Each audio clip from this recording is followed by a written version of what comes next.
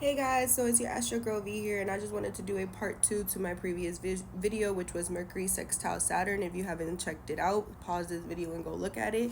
And so I wanted to talk about what's being exact today, December 3rd, which is Venus square Pluto. This has been affecting us since November 27th. So just kind of keeping in mind that we have those Venus Pluto themes. Venus is currently in Libra and Pluto is currently in Capricorn. So we're definitely seeing the themes of beauty and finances, right? So we're thinking a lot about our relationships, how we can transform within our relationships or how our relationships have transformed us. So, for example, you might see yourself experiencing, or people from the past might be coming up, right? So, you might have your past lovers either texting you or just popping up in your mind, and you're kind of wondering, like, why am I thinking about them? Why are they thinking about me?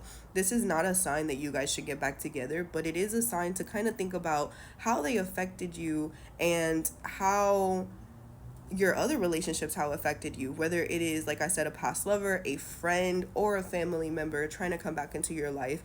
Try to see how you have changed, how you have transformed, and how they have transformed your life in general. A lot of us either have kids or are married or are advancing in our careers, and we're kind of wondering, are we going the right path? Are we doing the right thing? How is this going to affect our future? We have those survival mechanisms coming up because we're being activated. We're wondering whether or not our survival is being threatened and what exactly is threatening that survival. Whether it's, like I said, do you have a career that's taking over your everyday life, so you don't really feel like you have personal time for yourself because you're putting all of your effort into your career?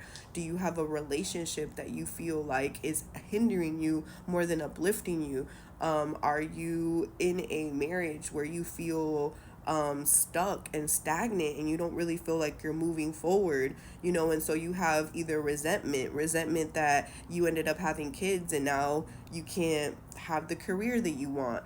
You are feeling insecure, wondering if the person that you want to be with actually feels the same way towards you. You're feeling frustrated with everything that's happening right now. Maybe you're feeling ashamed of where you are and what you have let kind of happen, because we are having that awareness of what's happening in the world and what's happening in our life. Everything right now is being amplified by social media, everything is being amplified by the news. you know um we're having these feelings of it's us versus the world, basically. The other day they were talking about what's happening in Congo with the mobile phones, cobalt, right, and the computers, and how that's affecting us. I went to Forever 21, and this girl was talking to me about how she hasn't shopped at Forever 21 since middle school, and the only, where she shops at now is Shein. And then you have to stop and think, like, Shein, aren't they using labor laws for children? Shouldn't we stop using these products? We're looking at climate change, and we're having fear of whether or not we are going to survive, whether or not the world is going to survive, because we're not really learning from the past. History is definitely repeating itself. We're losing people left and right, so we're feeling themes of grief, themes of loss. We're feeling very much more intense, and everything just feels very difficult, right?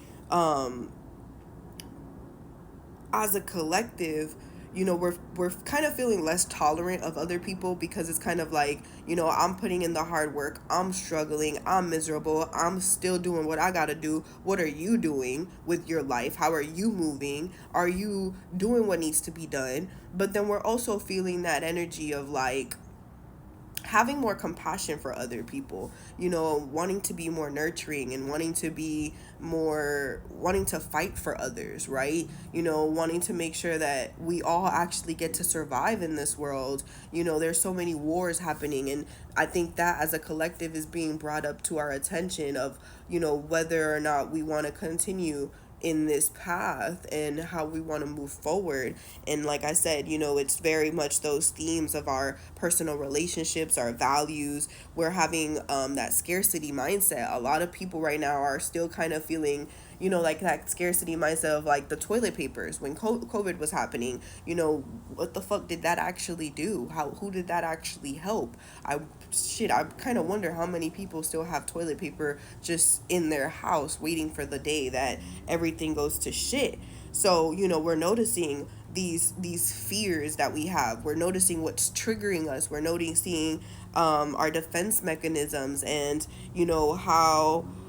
how we're coming up. And I think a very important thing to remember right now is that you can have a healthy relationship. You can agree to disagree with someone. You don't have to be 100%, um you don't have to 100% believe in what someone is telling you, but you should believe in the person. I think that's something that a lot of people need to get inside their mindset, where if you have someone in your life that you trust and you care about and you love, you still should have some sort of respect for them, whether or not they have a different religion than you, whether their career doesn't, go with what you believe in, whether their relationship isn't something that you agree with, still kind of be there for them, because them as a person might, is still good. They're still important to you.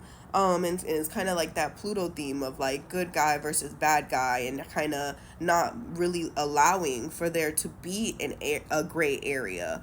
But we should be more open to that. We should be more open to accept what's happening, accept the fact that we have no control, that right now everything in the world is being threatened. Everyone in the world is feeling what we're feeling. We're not alone, and you're just, you have to ask yourself, like, where do you want to be? Who do you want to be? Where do you want to go? And how can you make that possible? How can you transform? How can you change? What can you change in your life to allow success and that vision to kind of appear?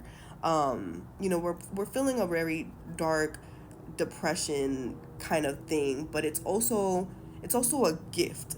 Let this be an invitation to open yourself up, to breathe in new air and look at life in a different picture. You know, um, try to forgive and let go of any resentment or hatred or anything, because people come into our life to teach us something. They come in as a lesson, and a lesson is a blessing, and you have to think about it that way. Nothing in this world is affecting you unless you allow it to. And you can't get mad at someone else for crossing your boundaries when you yourself did not place them correctly.